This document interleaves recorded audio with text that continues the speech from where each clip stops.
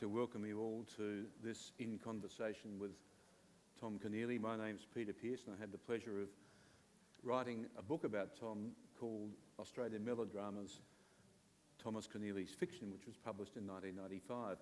Tom did me an enormous service in the writing of that book. He gave interviews generously, but in the previous year, he didn't publish a book. And the year before there'd been 3, but as though knowing that he wanted me to have what they call now closure, he didn't do anything in the previous year, and so I was able to at least be up to date when I finished. I'm very happy to say that I'm way behind now. We're here to celebrate the 50th anniversary of the publication of Tom's first novel, The Place at Whitton, and of course to celebrate all that he's done in those intervening years. Even in the sometimes envious world of Australian literature, there are very few who fail to honour and delight in Tom's half-century of achievement. Half a century and still counting. Now, none of our writers was in harness longer than Mary Gilmore. She was also our first literary dame. Given that the present Prime Minister seems to like pigeon pears, do you reckon that the odds have shortened, as it were, about your rising from your knee as Sir Thomas Keneally of Homebush?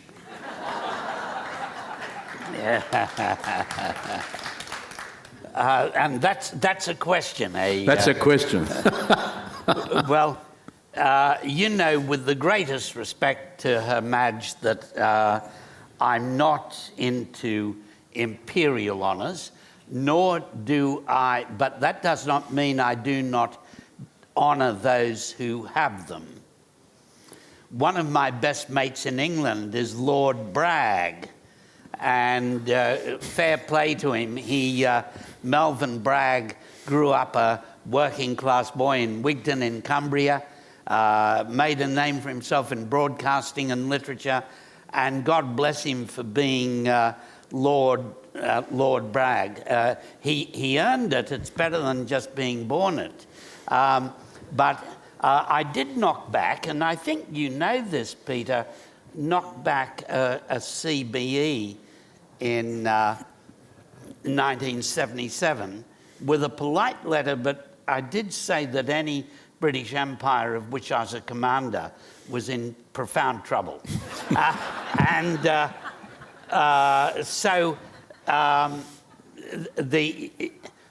Neither is the offer likely nor the acceptance welcome. Thank you. Likely either. There's an audience reassured. Now, as far as I can tell, and as we know, the counting is a matter of astonishment and admiration, as far as I can tell, the most recent book with your name on the cover is A Country Too Far, and you co-edited that book with Rosie Scott. It's a searing and outstanding anthology of writings on asylum seekers. Now, there have been works of fiction about them as well. Robert Drew's Grace, Eva Salis's The Marsh Birds, and your own The Tyrant's novel of 2003. I don't want to ask you what you think about the past government's refugee policies, but just for some of your thoughts about your fictional treatments of the historical circumstances that cause people to become refugees. And I have in mind such disparate works as Blood Red Sister Rose, Towards Asmara, The Great Shame, Three Famines. Mm-hmm. Well, it does. Famine is one of the things that ironically drives people into the roads everywhere. People seem to feel that they are experiencing something which, if the central government had awareness of, a resolution would be found. And so in Ethiopia, in Ireland, in Bengal to a lesser extent, actually people did flock to Calcutta and died on the streets. And this is one form of refugees. But I always thought that my old mate Phil Ruddock, whom I recently saw at Nifty's funeral, actually, that he talked as if these people escaped Iraq or Iran or other places, fraught places on the face of the globe, to sort of play upon our better feelings. There's nothing on a Tuesday night in Tehran, so they said, I know what we can do to relieve the boredom. We can make our way down all the archipelagos of Asia, and then we can catch a boat run by Shonky people across shark-infested waters to Australia, and it'll all be a big payoff when we get there. You ought to see the look on Phil Ruddock's face when we get there. Well, I think that we all know how much it would take to make us leave our homes. I don't think that in the debate that is adequately honoured. And a lot of the writers who contributed to A Country Too Far, which is an attempt to talk about the refugees of the world, to put a human face on them, they all have stories of the most severe motivation to escape. And some of them are accused of being... the Iranians aren't much liked, I noticed, because they are the most pushy in the refugee camps. Is mandatory detention the equivalent of imprisonment? Is it the appropriate punishment for being pushy? The Iranians are also middle-class refugees. And again, are they not allowed to? There were many middle-class refugees before World War II. So this is a big global problem, and it breaks your heart that we're trying to go about it by denial, and we're trying to go about it by punishment. Even when people in Indonesia hear the strictures of our government about how they won't be processed and all the rest of it, they don't quite believe it. That Walkley Award-winning journalist with the Irish name, Paul Toohey, recently wrote a book, that Sinking Feeling, which damns both sides of the debate, but he depicts potential refugees waiting in Indonesia, and rather tending to disbelieve what our government is saying to prevent them coming here, and thus taking the punt. But yes, one of my least popular books, the Tyrant's novel, was about a bloke who was in a refugee camp because someone like Saddam Hussein, a tyrant like Saddam Hussein, has given him a month to write a book. He's a writer.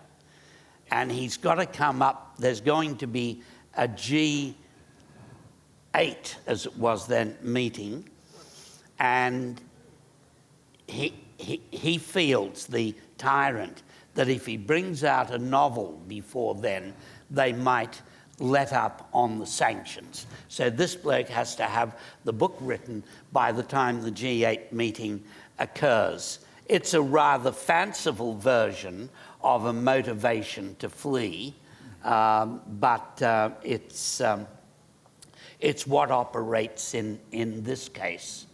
And the tyrant believes in the power of fiction. The tyrant believes in the power of fiction, and indeed our government doesn't believe in it enough, because it doesn't lock us up and deprives us of the chance of being national martyrs. But the world over, there's a body called PEN,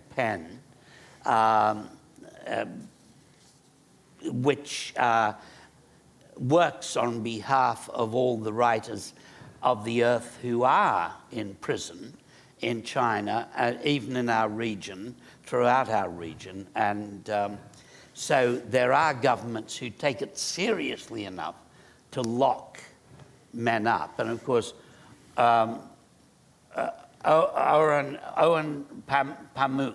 Orhan Pamuk, yeah. Orhan Pamuk, the Turkish Nobel Prize winner, he spent time in jail in Turkey.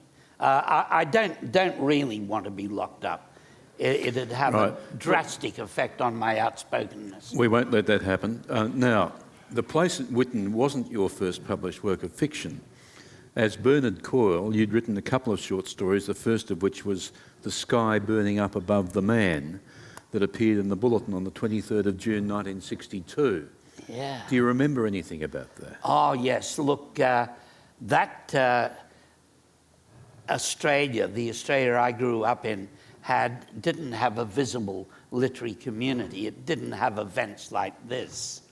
A writer who wrote at that time, who saw what's happening here and a crowd like this, and to know that there are venue after venue at which there is a crowd like this, would be astonished. The Society of Authors had not been formed. There was not a single literary agent in Australia. And so literary culture wasn't visible. And when I got a short story published by a man called Desmond O'Grady, who was literary editor of the Bulletin, he later became the full-time resident of the Vatican, actually, as a journalist. Desmond O'Grady's publication of 2 stories gave me ideas above my station and gave me delusions of what was possible. We had a lot of post-colonial innocence then, and I think maybe deciding to become a writer on the basis of having 2 short stories published was a bit like Betty Cuthbert winning the 400 metres from lane 8.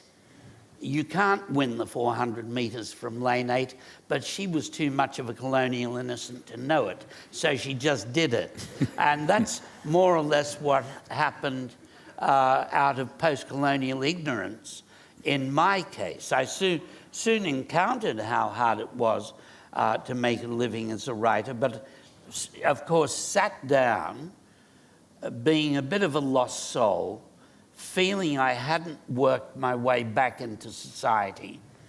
Sat down one Christmas holidays to write a novel on the basis of those 2 short stories. So I've always felt I owed a great deal to Des O'Grady. And the Bulletin. And the Bulletin. Now, can I ask you a story about this? This won't be familiar to many, I guess, and I think my copy needs a bit of repair. The Bulletin, sadly, did not survive the transition from one packer to another. Can you tell me something that led to this? This is your novel, The Cut-Rate Kingdom, but it first appeared as a special issue of the Bulletin in 1980. Whose idea was that? It was mine. I spoke to Trevor Kennedy, who has fallen out of odour these days, lives on an island down the south coast. But I said to him, the Black Douglas advertises on the back. Now, that's not a bad idea. I said, wouldn't it be great to produce a novel as a magazine in the manner of the 19th century? And I wrote a novel about John Curtin, who's a figure who's always fascinated me. I make him a fictional character, but he is a Christ-like figure, as John Curtin was. John Curtin actually couldn't take the weight of his prime ministership and the weight of events. And he was, of course, he had this struggle with alcohol, and I thought it would be great to put in pictures from the time. So I got access to the Telegraph photo library, and here's a wonderful picture, for example, of a girl in a swimsuit being rubbed down by a man in chemical gear, and it's called Japanese Invasion Fears Mustard Gas Demonstrations at Bondi Beach. I don't know if you can see it from there. And it has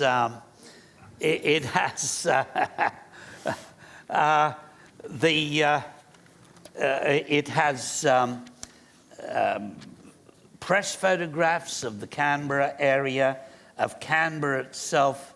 I thought Canberra was the cut-rate.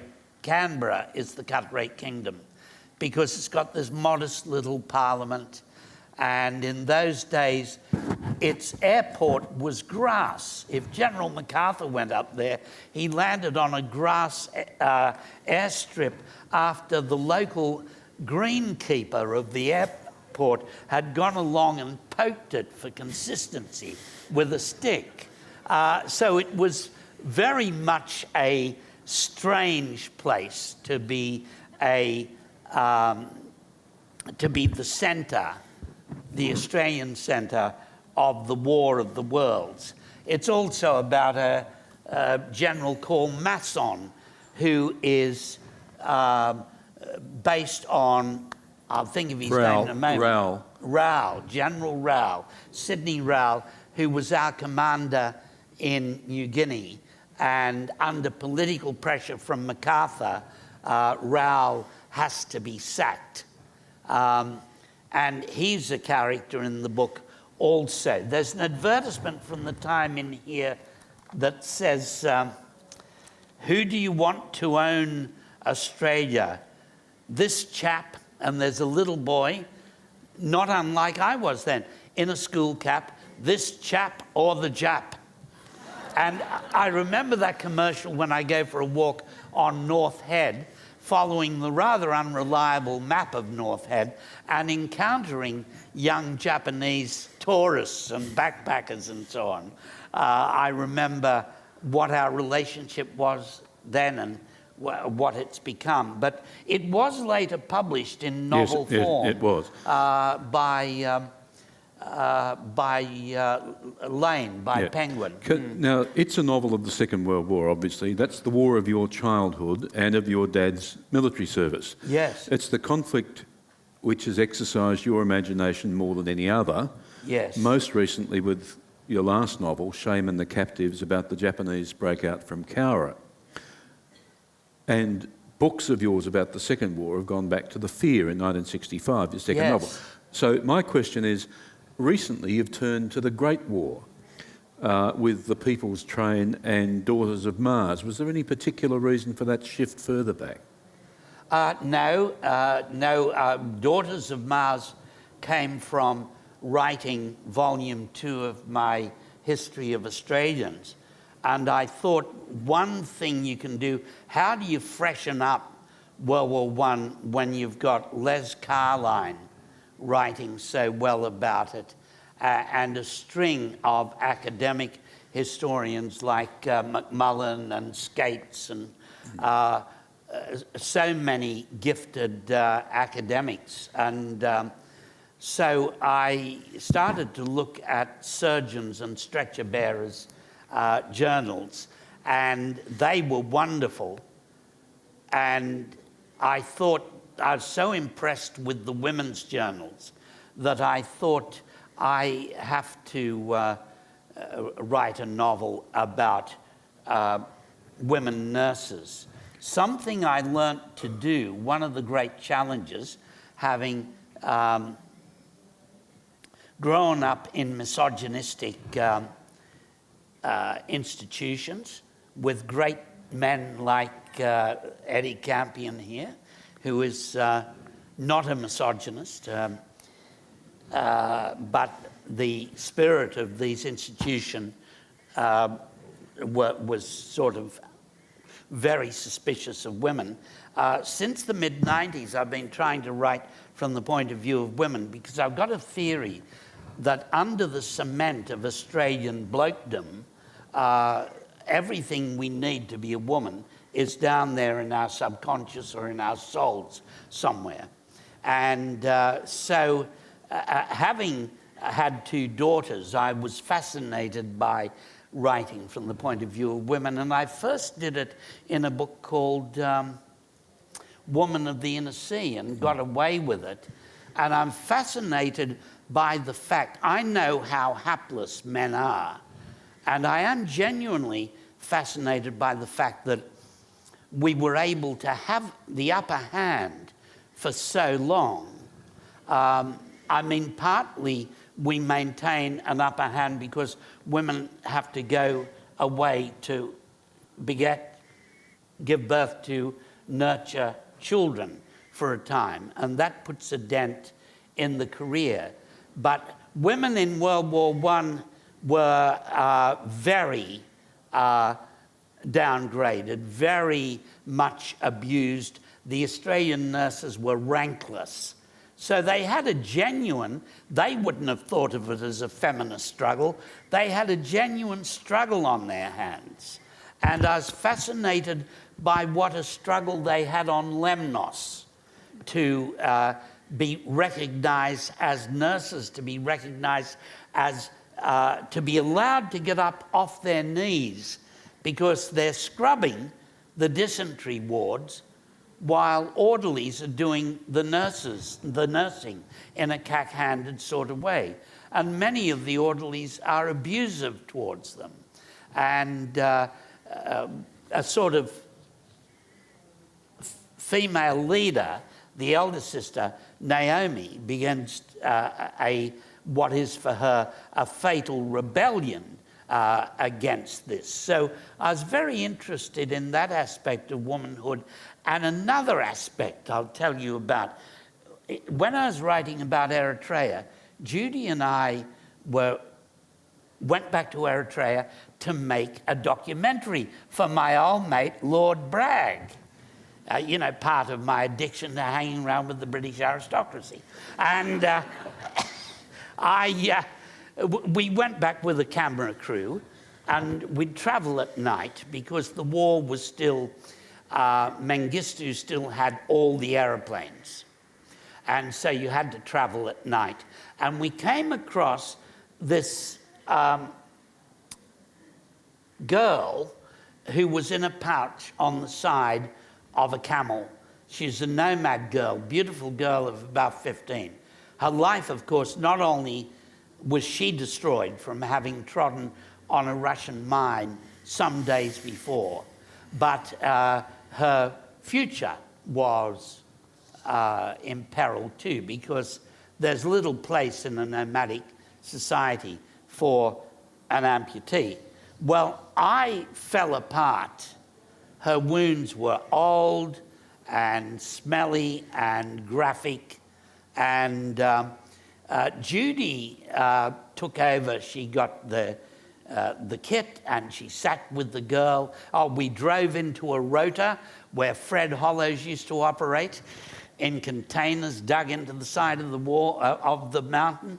And Judy went on with her competence, and she not only did the sound during the operation for this documentary, the sound man being wiped out by the shock of the encountering this, but she also acted as the nurse around the outskirts of the theatre that I think is called a scout nurse, anyhow, or scrub nurse, either scout or scrub, anyhow.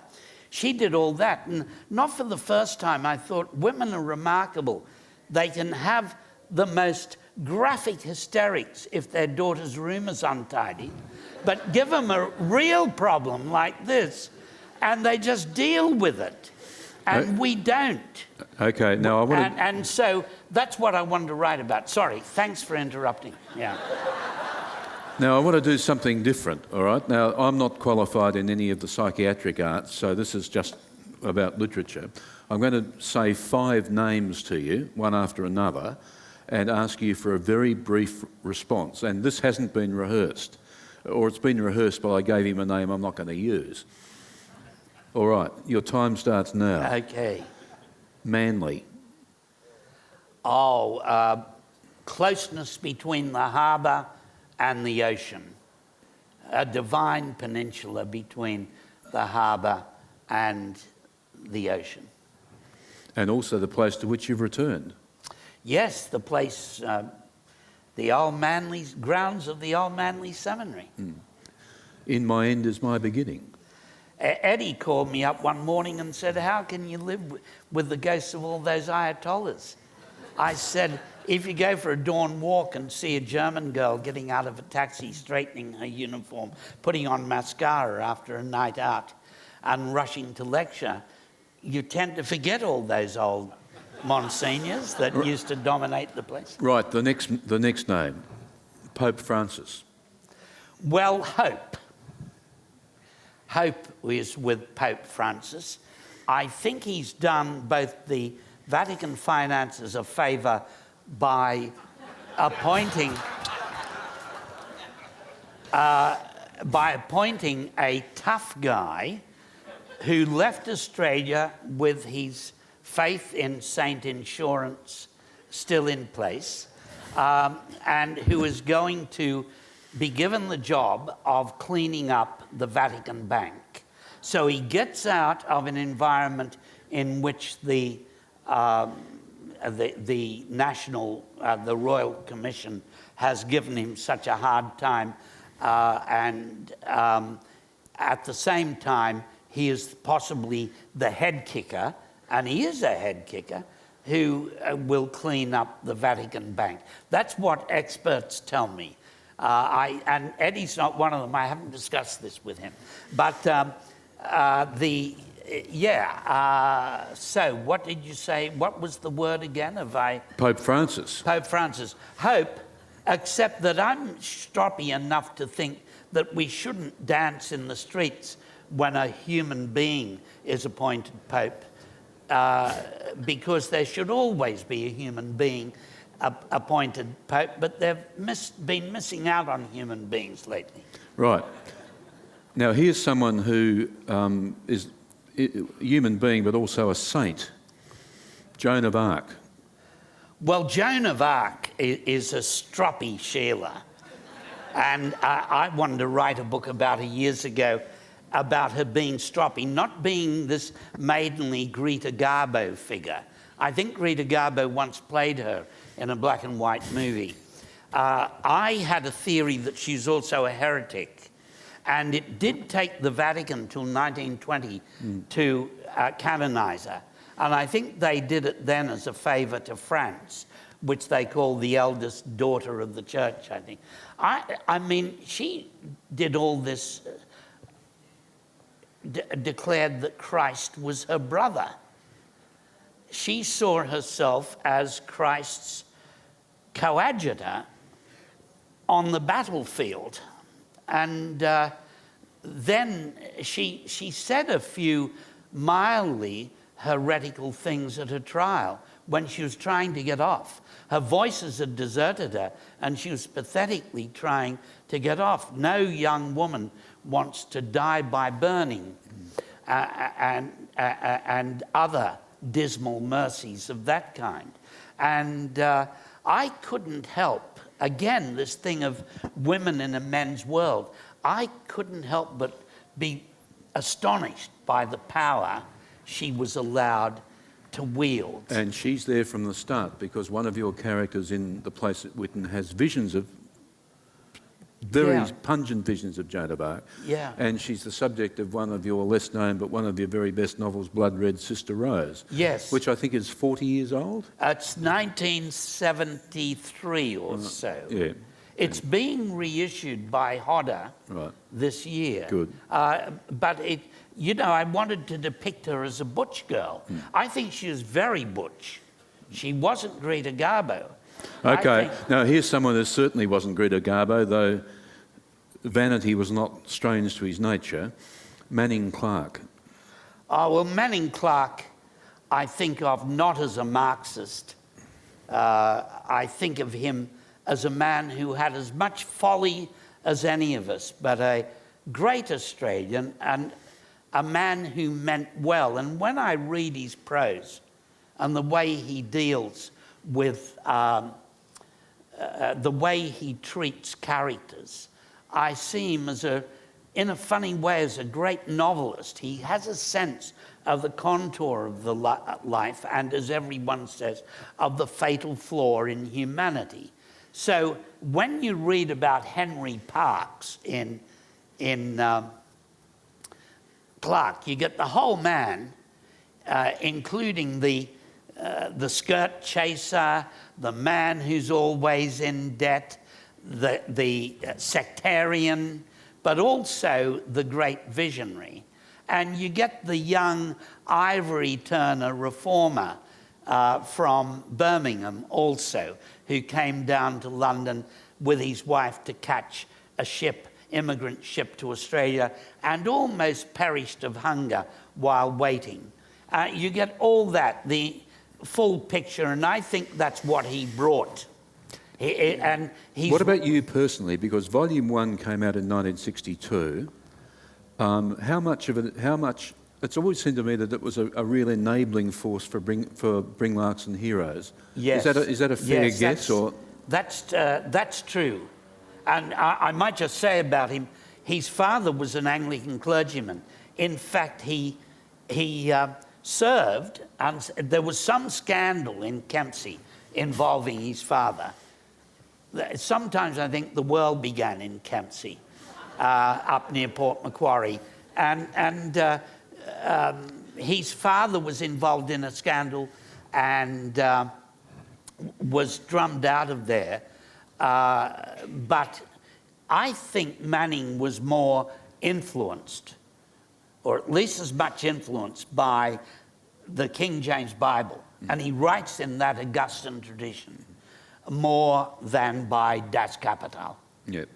One last name, Julia Gillard. Oh, well, a great... I think she's right in not seeing her fall as entirely a matter of feminism, or sexism. But some of the vituperation that was directed at her definitely fell under that category, that directed at her qua woman. A man wouldn't have got the same criticism. But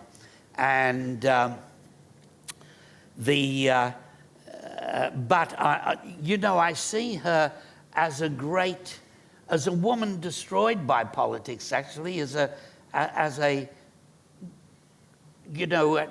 if you listen to her in opposition, she sounded like the second coming of a female Christ. When she got into power, it didn't come about. And I can't quite forgive her for not finding a better way with the asylum seekers, though she did conscientiously try a thing called the Malaysian solution, which was struck down by the High Court. And I think although it was the worst of all good solutions, if it had been in place, we mightn't have the mess we got now. But I'm disappointed for her sake and for the rest of us that it didn't go better. Now, in your office at the University of California, Irvine, where you used to teach creative writing, there was a painting by you titled "The Descent of the Hero Ancestors." Yeah. It depicts a young...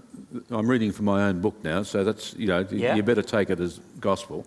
It depicts a young Irish man and woman who come to earth outside a rural township where a cricket match is being played. They alight in a place for the time being foreign to them, but that they will illuminate by their presence. Now, I'm going to come back to the Irish thing in a moment, but two preliminary questions. Do you still paint? Not as much. I'm about to take it up again. When we were moving house to go from Bilgola Beach to Manly, we had acquired in flush times. It's all famine and boom in the writing industry, as you would know. In flush times, we would lash out on art. And we found that we had some things that had to be valued. And the valuer made a took pictures, made a beautiful booklet out of our modest art collection and antiquities we used to buy when we were in America. We used to buy these little antiquities, particularly Etruscan masks of real funeral urns. And they're like members of the family. Anyhow, I didn't think of them as having a discrete money value.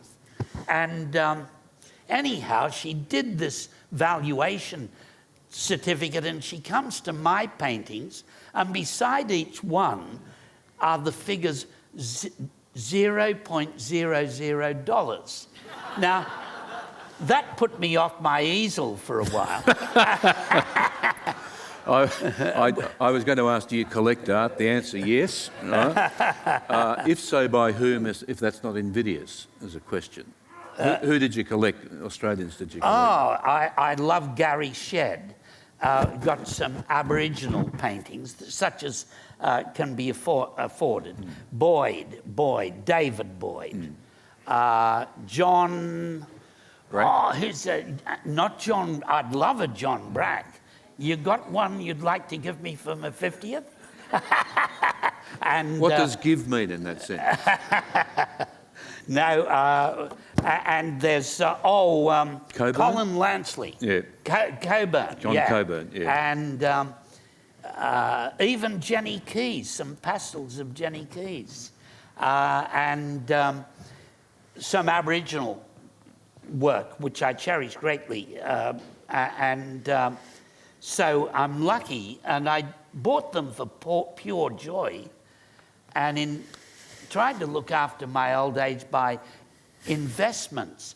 But the paintings and the things I bought for pure joy are the inheritance.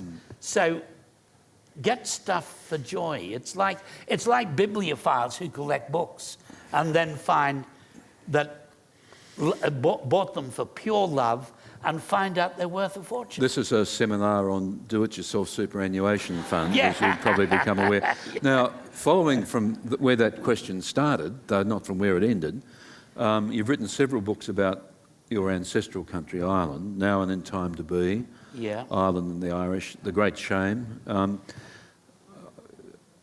want to ask, I was going to ask you how recently have you been back and what did you find, but I want to start with a reflection, your reflections on Vincent Buckley's comment in Memory Island of a country that he loved as well as you, I think, but of which nonetheless he said that its were a servile people. Yes.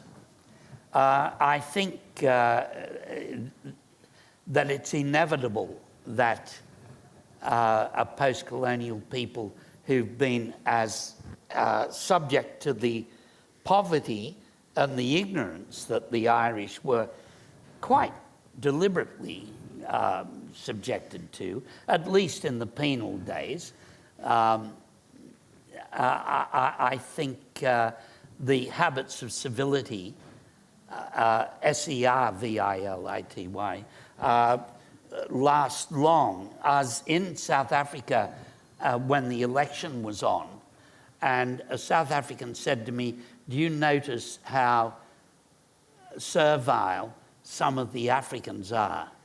They learnt that during apartheid, and it's not going to disappear overnight. It doesn't disappear when they're told they're free. And I think it's certainly died amongst the young, but it was a result of colonization, I think, and poverty, but it was a double-edged sword. I remember picking up a man who did touch his forelock in the west of Galway, one rainy day, a farmer, and he did all the forelock and stuff and called me sir. And then he found out I was an Australian, and he stopped doing it. So they can do it both ways, you know. There is a certain degree of mockery in the civility as well amongst the older Irish. A critic sitting not very far away from you once described you as the Balzac of our literature, referring to the vast and generous expanse of the human comedy that you've depicted. Now, I wondered, not what you thought of that comment, because better not in the mixed audience, which 19th century novelist particularly moved you and influenced you, and which ones do you still read? Well, I think the greatest novel is Middlemarch by George Eliot. It's probably the greatest novel in the English language, and it's matched internationally only by Dostoevsky's The Idiot. And what is interesting about her is that the novel is so hard-nosed and realistic, and it's not. I know everyone loves Jane Austen, but I always think not so much during the novels, which I did love, but during the making of these Merchant Ivory frock dramas, I always think, where's the punters, Mr. Darcy, who, as one critic says, is the only thing that gets wet in Jane Austen, when he's thrown off a horse into a pond. Mr. Darcy might have been flogging convicts in New South Wales, might have been oppressing black women on the cane fields of the Caribbean, and yet everything's so nice and so twee, but it's magnificently twee, and she's a genius, don't get me wrong. There's a very good book this year, have you seen it, about My Life with Middlemarch? No. By Thank you, Rebecca Mead. And it's a brilliant rereading and autobiography, isn't it, of Middlemarch, which has been part of her life since she was a teenager. Well, there are two realistic unhappy marriages in Middlemarch, and they're like real marriages now that go wrong. And in Dickens, the only unhappy marriages are the comic ones. There are some comic unhappy marriages, but amongst the lovers never make a mistake. And Dickens has a stroppy girlfriend in Great Expectations. Yeah, Estella. Yeah. But Little Dorrit and all the others are like women who say, "Kick me in the face again, will you?" Little Dorrit is so long-suffering that you want to shake her and take her for a night out at a disco. Or say, when will you become Big Dorrit? Yeah. Now, Scary Dorrit. I'm aware that numbers of you want to crack at Tom. Just one final question, again, off centre a bit. 1992, you published The Place Where Souls Are Born, your account of a journey to the American Southwest. Can you tell me a little bit about that book? And then I've got one final question. Well, the publisher wanted me to do a travel book, and after long reflection, someone else was doing Australia. After long reflection, I thought the place in the US I love most is the Four Corners. The reason I love it is that there are pre-Columbian sites there, and they're very well preserved. And of course, there are pre-Columbian cultures, like the Pueblo people, the Hopi people, the Navajo, the Hopi. One of the Hopi towns, Old Aribe, is the oldest town in America. And it's been there since the 11th century. And so that alone attracted me, quite apart from the grandeur of the geography and the mountains. It's a beautifully done book, which I recommend you go to ABE Books or Amazon and see if it's hanging around still. Following from that, and this is my last question except to act as an interrupter and mediator, The Place Where Souls Are Born. Do you want to say anything about your notion of what souls are? Yes, I mean, I'm a bit like that woman who was asked, does she believe in the little people? And she said, in Ireland. And she said, of course not, I'm a civilized woman, but they're there, you know. And I feel a bit like that about the soul, because these places are so atmospheric. I remember a winter day when I went cross-country skiing around the top of Mesa Verde.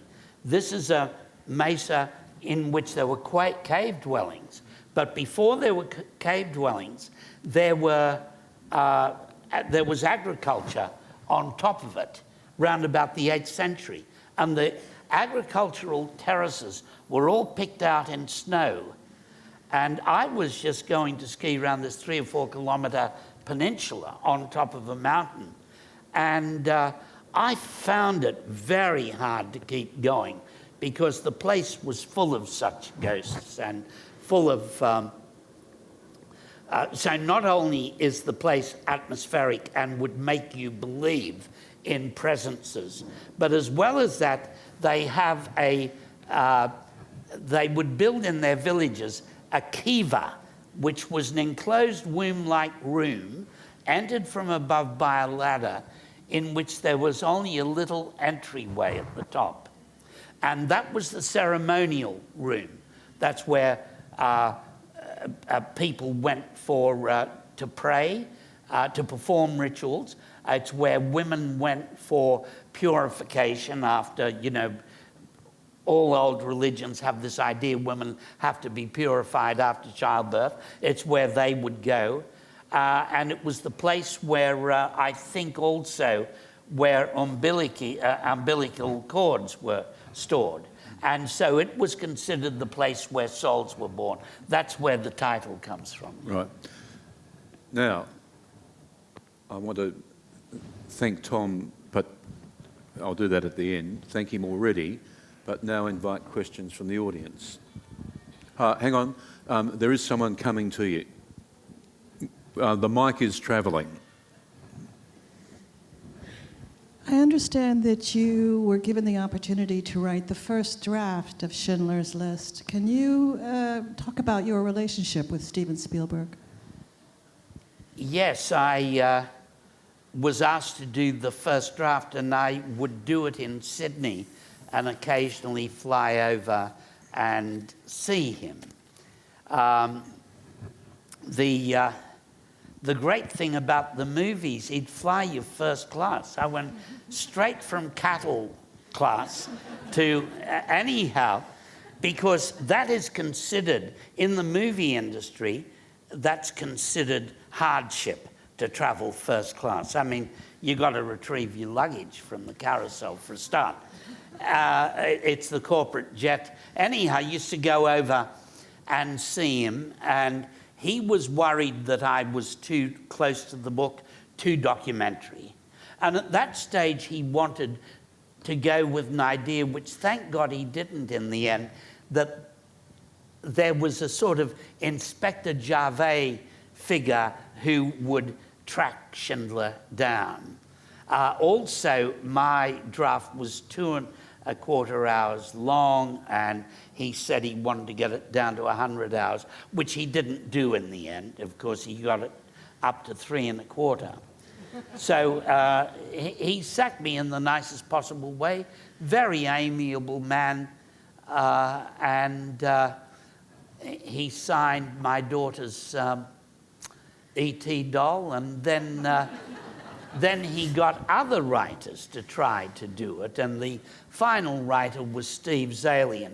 But that was pretty creative. I like writing screenplays, and you can believe you're doing a good job till you meet the director and producer. The good thing about him is that he has enough clout that he doesn't have a lot of people on his shoulder telling him about saying things like, I think we should give Schindler a dog. Do you think that'd make him seem a better guy if we give him a dog? Okay, next question. Yes, on the over there.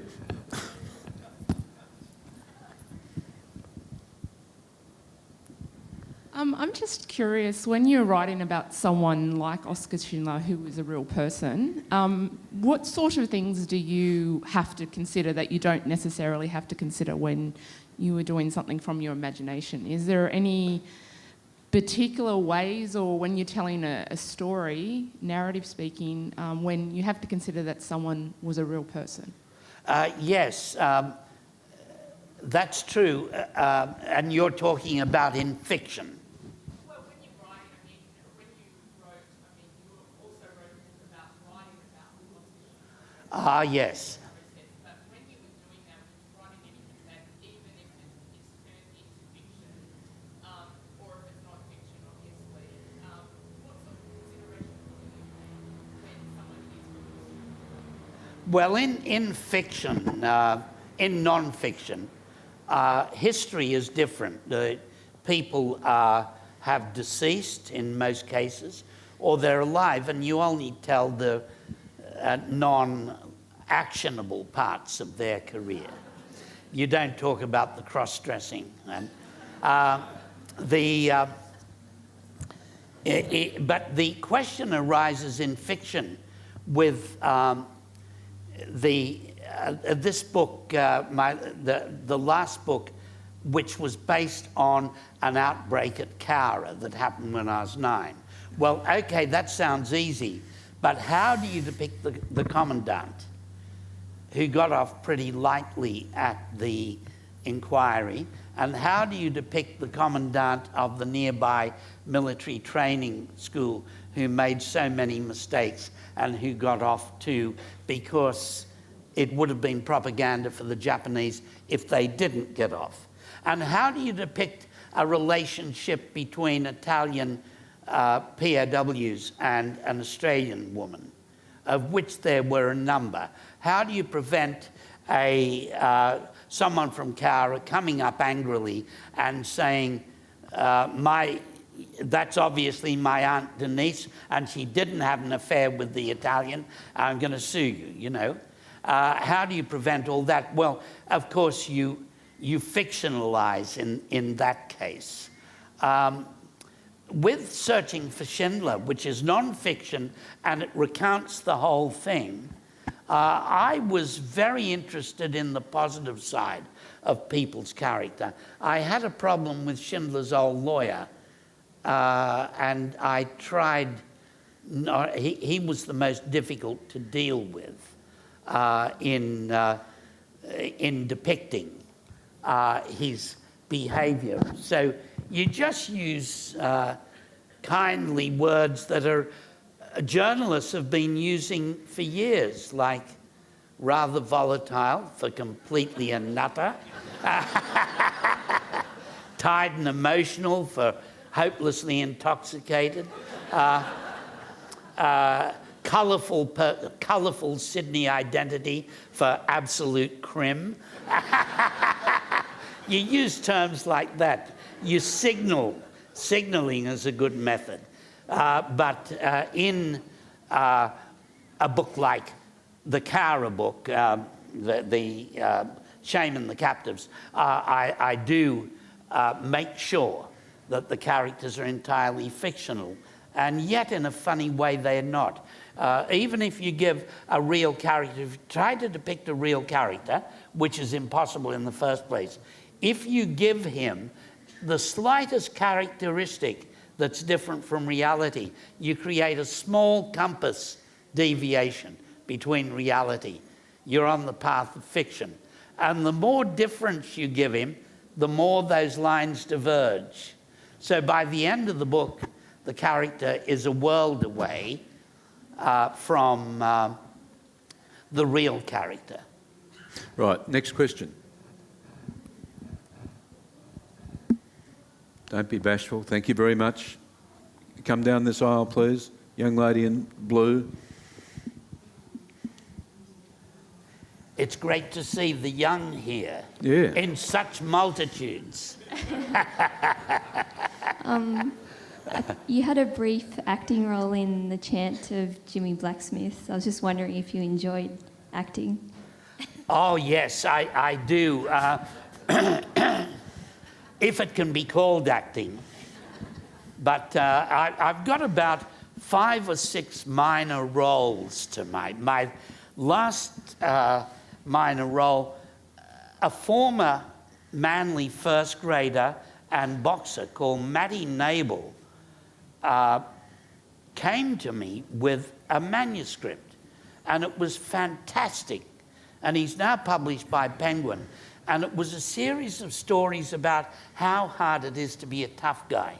His father was the head of physical training in the Australian Army. He was then the conditioner for the Australian cricket team, the Kangaroos, and Manly Warringah rugby league team.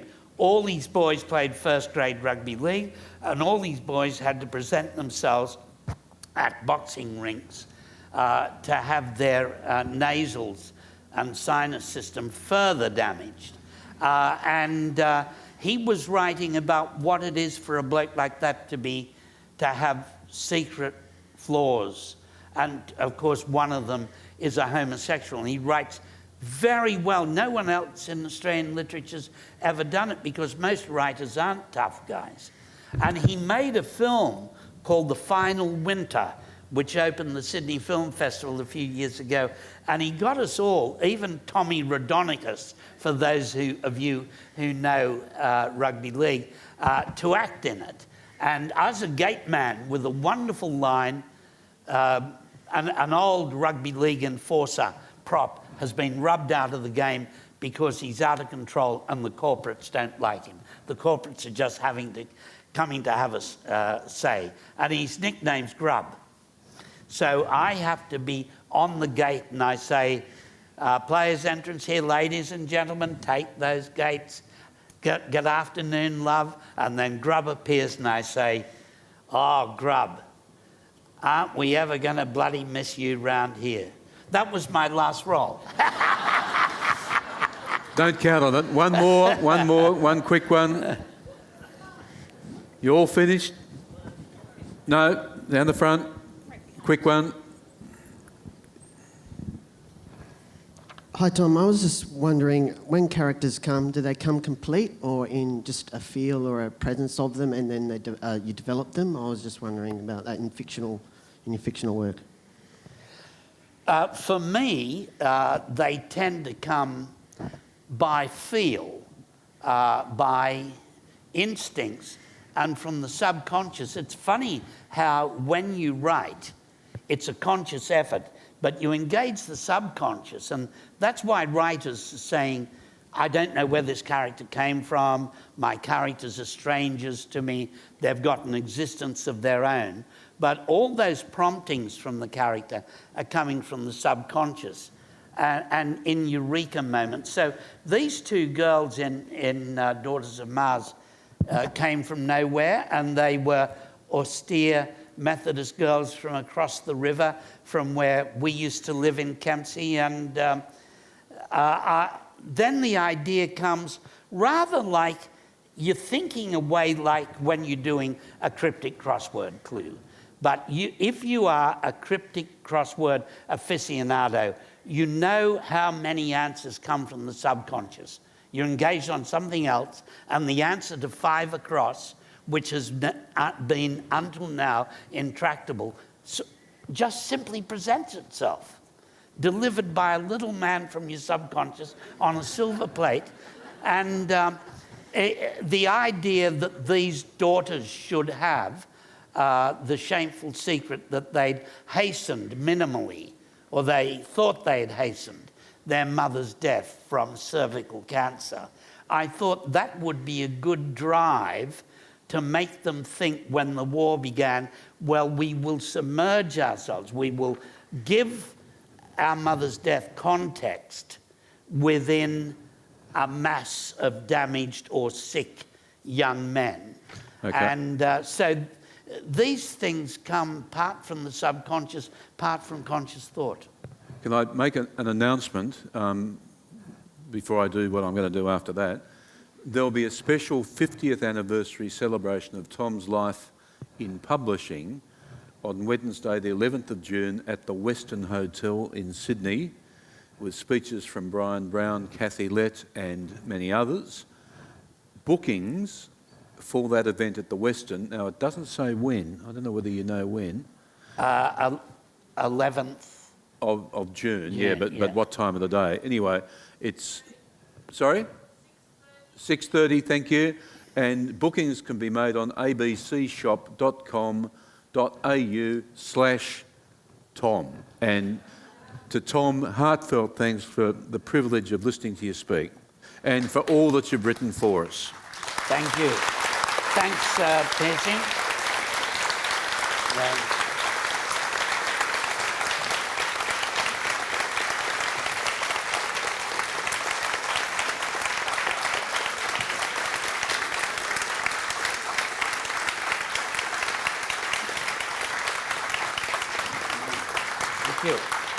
Thank you. There's a yawning table of books by Tom just as you leave. Thank you very much for coming.